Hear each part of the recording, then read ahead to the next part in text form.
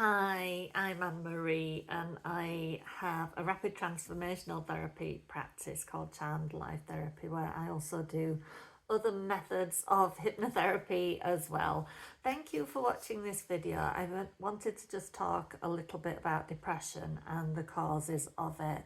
Please tap and subscribe and turn on your notifications if these kind of topics interest you, because I talk a lot about subconscious mind reprogramming and what you can do to improve your life in all senses when you work with the power of your subconscious mind.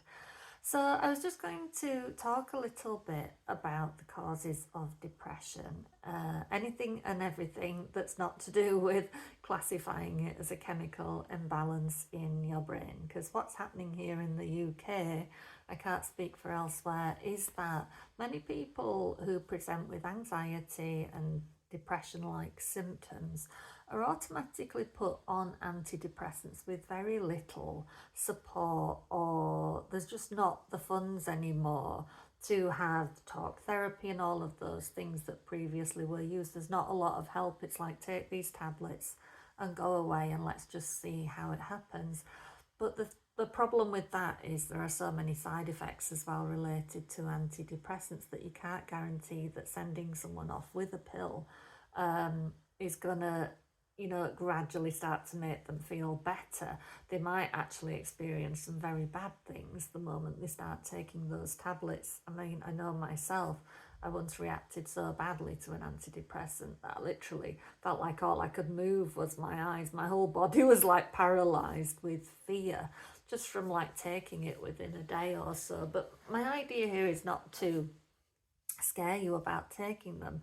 It's more to get you to look at the real reasons for things like anxiety and depression, because the thing is, we tend to think of them as these real things, anxiety and depression, but actually they're not a noun. They are something that we do. They're like behaviors that we adopt, if you like, and they serve us in some way. Something like anxiety is just a fearful thought, really, that you keep having until it becomes a feeling. It's something we adopt. And depression is along similar lines. There are three main causes for being depressed, if you like, to do with your mind.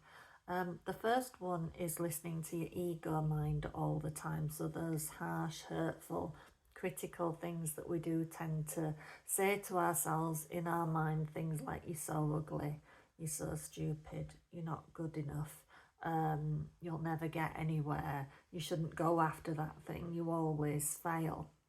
And that's your ego mind chatter, and it's really detrimental to you to listen to that.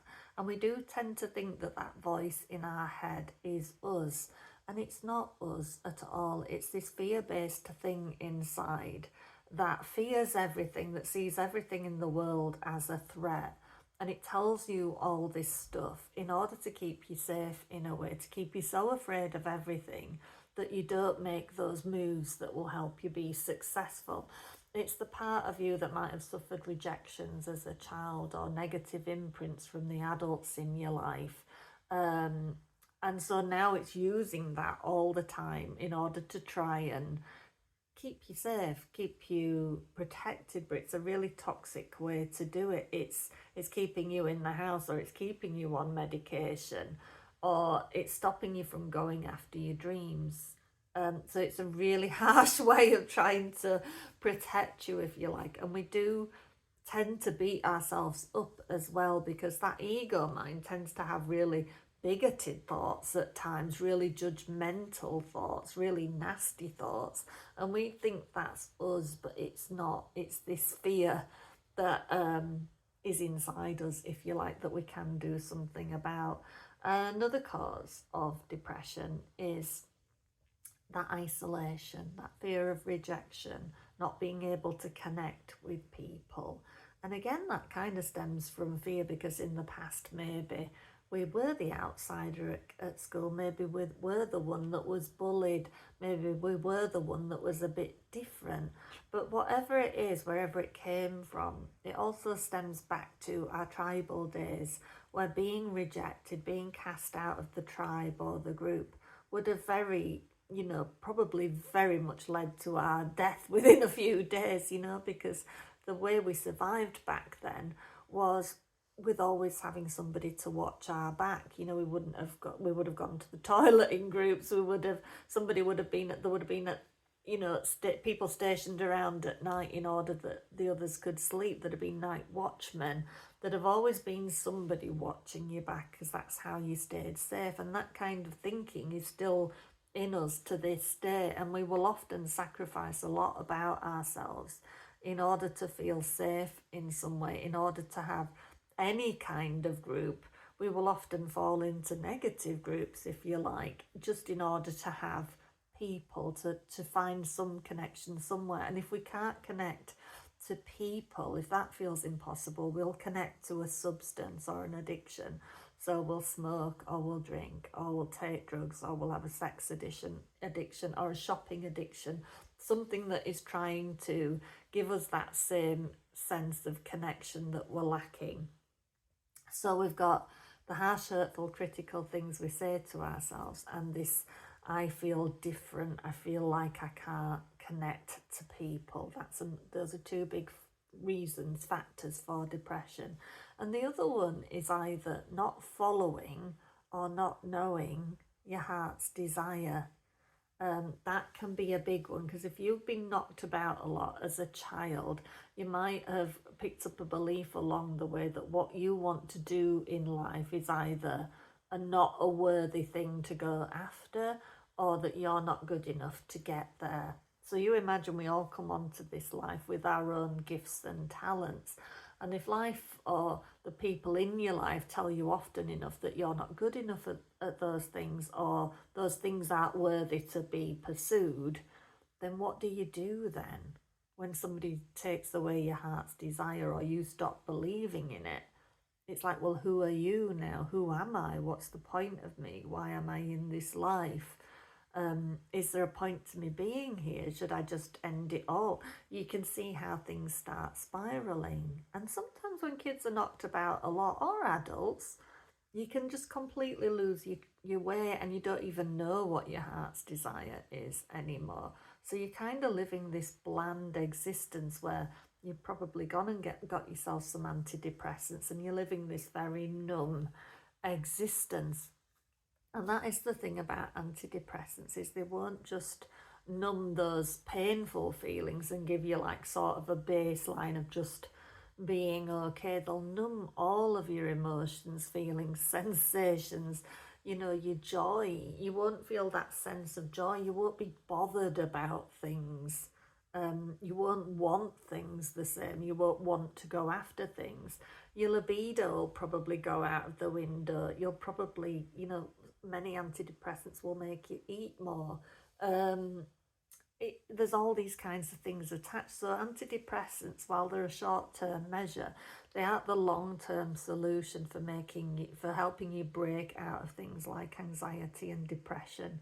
You really have to examine where those thoughts came from. There's something called the ladder of looping thoughts, which you might have come across before, or a version of it, whereby you get yourself into bother because you'll have a thought over and over and over again until it becomes a feeling. And then you have that feeling and you feel that way, and you start acting differently. You take different actions, or you don't do certain things that you should do. You'll develop coping habits. You'll have symptoms and you'll have triggers based off of that feeling. And then because of all of that, you'll be living your life differently. You'll take different actions, or you'll not take actions. You'll avoid people, or you'll drive people mad, you know what I mean? And because of all of that, you'll see really negative outcomes back to you, and you will see all that is bad in the world and all of the suffering, and you won't be able to scroll your social media without bursting into tears at the sadness of it all and the unfairness. And then because all of the bad stuff comes to you, and you see negative things and negative things happen to you, then you'll roll straight back into having more negative thoughts, and then creating more negative feelings, and so on and so on and so on. And that's the trap we tend to fall into. But that same process can work in a positive way. that when you start with a positive thought, it can snowball in the same way. So that's what we need to get you doing. So it's really important to find out why you're feeling anxiety, why you're feeling depressed, why you're doing these things. Because without blaming you or calling it a fault, it is a doing thing. It's happening for a reason. And the thing is, if you're depressed, an element of that you should kind of praise yourself for, because if you're depressed, you've kind of gone internal. You know there's something wrong. You know there should be a better life available to you. So you've gone internal in a way. In a way, you're trying to figure it out. You've gone really quiet and suppressed because you're trying to figure out why. And the only problem is when you stay there too long. So it's really important for us to get you out of it, to find out the why, and then ask your mind, your subconscious mind, in hypnosis, is this still relevant today? Is that bullying that happened back then? Is that thing mum or dad said? Is the way my brother and sister treated me? Is the way whatever my best friend once said to me? Is that moment in time still relevant to me today as an adult, with the free will I have and the choices and the funds available to me and the freedoms and all of that? Can I let that go? Can I let that pain go and ask my mind to do something else that's going to have the outcome that I want now? And that's what we can do with rapid transformational therapy. And we can also help you figure out what your heart's desire is. You know, if you've lost track of what your dreams and goals and ambitions are, we can find that out again, and we can help you get back onto that path of going after it. If you go onto my website, and I'll drop some links below, there is lots of things under the more button. There is a subscribe page where you can get hold of my free Limitless Life audio.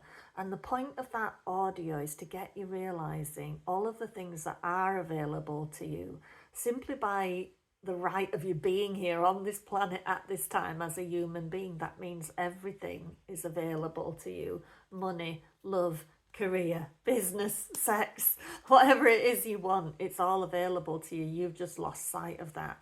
So there is that audio there that you can use every day for 3 weeks and get rewiring your mind straight away. I want everybody to get a sense of what it is to feel limitless, to feel hopeful. So that's why my particular freebie that I chose to do for my business is this Limitless Life audio, and you can get that at charmedlifetherapy.co.uk when you tap the more button, and I will put the links in this video when I've uploaded it. And there's also a depression and anxiety masterclass under that more button too, so you can actually go watch a 30-minute masterclass on all the reasons behind depression and anxiety and conditions like that, like lack of self-esteem, lack of self-worth. And also there's some practical tips in that to do with your diet and other things that will help you straight away. And you can always book a free call with me if you need to talk to me about anything like this. I do a free 30-minute call for people because I've been there with depression and anxiety as a child, and I figured out the reasons behind it for me. And it was childhood emotional neglect. And many people don't like to think of it in those terms because they think they had a good childhood. They think mum and dad were basically good people.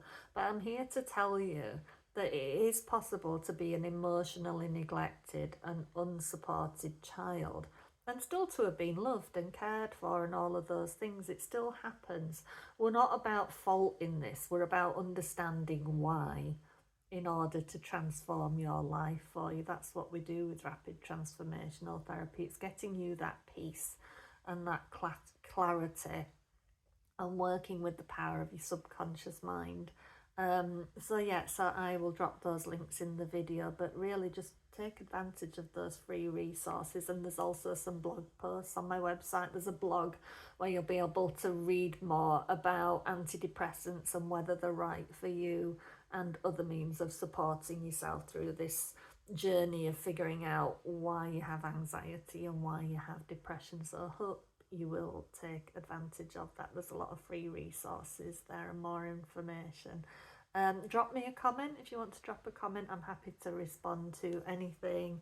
And you can always reach out to me as well at anna@charmedlifetherapy.co.uk.